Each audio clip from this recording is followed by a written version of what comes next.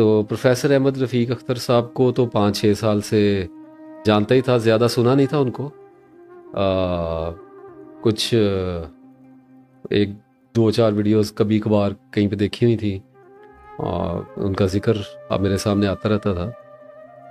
और फिर उनको ज़रा गौर से मैंने सुना, शायद एक दो लेक्चर्स, और उसके बाद मैंने फ़ैसला किया कि अगर इस पूरे पाकिस्तान में कोई इंसान मेरी इस फाइंडिंग को वैलिडेट कर सकता है, एविडेंस दे सकता है, मोहर लगा सकता है तस्दीक की, तो वो ये बंदा है। पकड़ी गाड़ी,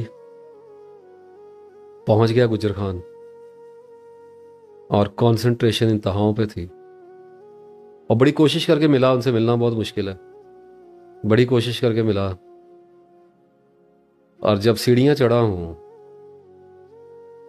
और उस्ताद के कमरे के बाहर पहुंचा, अच्छा कंसंट्रेशन इतनी तेज थी कि जब मैं गुजर खान से 100 किलोमीटर पीछे था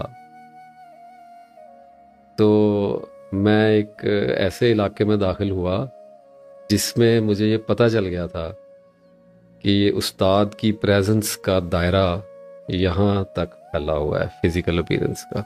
इस चीज़ पे मैं ज़्यादा गहराई में नहीं जाना चाह रहा। ये कुछ एविडेंसेस होते हैं जब आप बहुत ज़्यादा फोकस्ड होते हैं ना अपने सेल्फ पे, तो इस किस्म के मामला आपको कुछ समझ आ रहे होते हैं। उसमें कुछ सच्चे होते हैं, कुछ झूठे होते हैं, मिले जुले हुए होते हैं, पमिस्ट्री की तरह, नजूम की तरह, थोड़े से सच में बहुत सारा झूठ मिला हुआ होता है।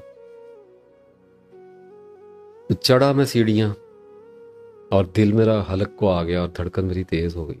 उस वक्त तक तो मैं उनकी शागिर्दी में नहीं था। इंतज़ार के बाद जब इज़्न मिला है और मैं दरवाज़ा खोल के अंदर दाखिल हुआ, तो आपको पता है मैंने क्या देखा? थोड़ा सा दिल खुश कर लेते हैं, थोड़ा स्पिरिचुअल हो लेते हैं थोड़ी देर के लिए। उस्ताद का जिक्र आया है, मोहब्बत का जिक्र आया है। मैंने देखा कि एक आदमी एक पलंग पे बैठा हुआ है और उस आदमी पे सोने का पानी चढ़ा हुआ है और वो पानी टपक रहा है और उस्ताद चमक रहा है। और वो इतना बड़ा आदमी था कि मेरी हस्ती नेस्ती में ढल गई और मैं जीरो हो गया। बिठाया अपने पास और पूछा मेरा नाम, अब बता दिया गया। इरशाद हुआ concentration, and I said yes sir. और मैं फूट फूट के रो पड़ा। और मैं ऐसा रोया हूँ कि उस्ताद के सामने ऐसा बैठ के कोई रोया नहीं होगा। और मेरी नाक से पानी और आंखों से पानी, और मैं धुंधला गया सब कुछ, अब मिट गया सारा कुछ। और ये इतना बड़ा रिलीफ था, इतना बड़ा रिलीफ था कि बह गया सारा कुछ और निकल गया अंदर से सारा कुछ। और जो भी टॉक्सिन्स थे और स्पिरिचुअल थे या कुछ भी थे, वो बहने शुरू हो गए और आग निकल रही थी आंखों से। जल रहा था मैं। और फरमान जारी किया, तस्बीह करते हो? मैंने ऐसे गर्दन हिलाई, मैंने तो मुझे कहा कि अगर तस्बीह करने वाले होते तो आज ये हाल तो तुम्हारा ना होता। और तूफान और चढ़ा और मौजें और बढ़ी और कश्ती ने और खाए हचकोले।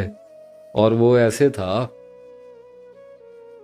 कि पेड़ का कटा हुआ तना किसी गहरे, बहुत ही गहरे समुंदर में हो, और वो गहरा समुंदर किसी बहुत ही बड़े तूफान में हो। और फिर अर्ज न्याज की, गुजारिश की, इल्तिजा की, और समझाया गया, बताया गया, मदद किया गया और तस्बीह दी गई। अल्लाह के फजल और करम से तस्बीह अता हुई और एक किताब दी गई जिसका नाम मुकद्दमातुल कुरान है। और कहा इसमें तुम्हारे काम की एक चीज़ है। वो लेके नीचे उतरा हूँ और गाड़ी में बैठा हूँ, और गाड़ी गुजर खान से अभी निकली नहीं थी कि वो 7 सफ़हात हैं मुकद्दमातुल कुरान के। वो उस्ताद की वाहिद किताब है जो खुद लिखी है। बाकी तो जो किताबें हैं वो उनके बयानात, रिकॉर्ड जो हैं उसको तहरीरी शक्ल में लेके आए हैं। और वो छोटी सी किताब है, लेकिन कितनी बड़ी किताब है, हैरत होती है कि इंसान के कलम से निकल गई है। उसमें 7 सफ़हात थे नफ्स के बारे में, और वहीं पे नज़र गई है, खोला है और दरमियान से खोला है और 2 सफ़े या 3 पलटे हैं और वो शुरू हो गया है, और गाड़ी निकलते निकलते 10 मिनट में 15 मिनट में पड़ गया, और वो पढ़ता गया हूँ और मामला खुलता चला गया। वापस पहुंचा और अपने घर उतरा, तस्वीर लेके आया था, फैसला किया कि मुराकबा छोड़ना होगा।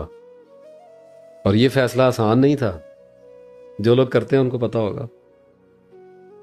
ये जब आपने शैतान के साथ एक अनजाने में कॉन्ट्रैक्ट कर लिया हो और आपको दे दिया गया हो वो जो आपने मांगा था, जिसकी आप तमन्ना में सरगर्दां थे, और आपको ऐश करवा दी गई हो, और फिर आप अपने पुराने दोस्त को ठोकर मारेंगे तो वो दुश्मन बन के आएगा आपके पास। और जब मैं अपने शहर में पहुंचा हूं तो वो मेरे इंतज़ार में खड़ा था।